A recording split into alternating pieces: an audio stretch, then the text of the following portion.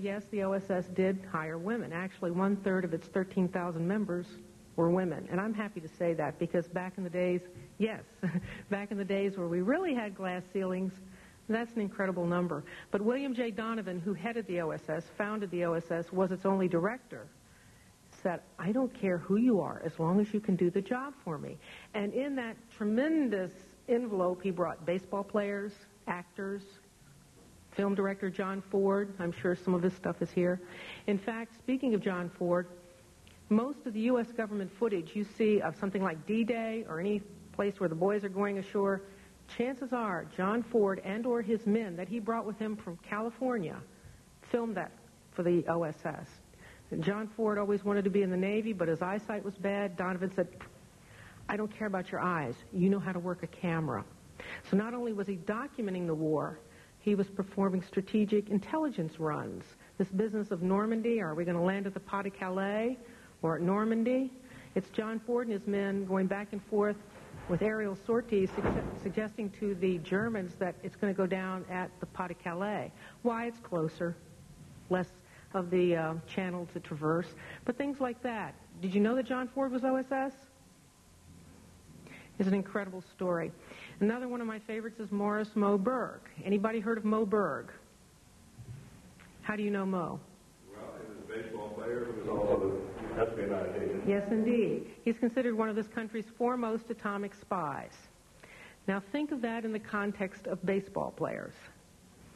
I mean, I enjoy the sport immensely. I have very good friends at Cooperstown.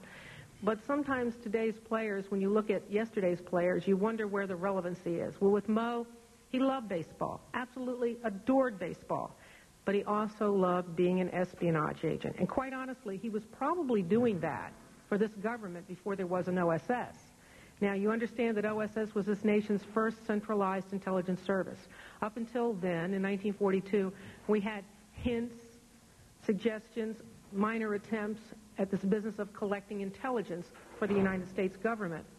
But the business of collecting intelligence actually goes all the way back to the days of George Washington, even before. Washington is considered this nation's first spy master. The guy with the wooden teeth did all this stuff at Mount Vernon, established this nation. One way he was able to win the American Revolution was the fact that he had a better espionage network here in the States. In fact, the head of the British intelligence service at the time during the American Revolution, after things did not go too well for him and his friends down at Yorktown, when this guy got back to Great Britain, he said to the Great Britain press officials, George Washington did not outfight us, he outspied us. So it gives you an idea of the importance of espionage, intelligence gathering, whatever euphemism you want to ascribe to it, to the business of this nation and where we are even today. The different discussions you hear about intelligence and where it has been and where it's going. But Washington started this. Why? Less men and less materiel. He had to know where to put them to achieve the stuff he wanted to achieve. So up until the time of the OSS, there were various and sundry attempts to get some sort of information on our enemies and, quite frankly, on our friends. But nothing was really solidified until June 13th, 1942, when Franklin Roosevelt, who just loved this business of spying, said to William J. Donovan, okay, I'm going to make you head of this Office of Strategic Services. And that's where you got this nation's first formalized intelligence service.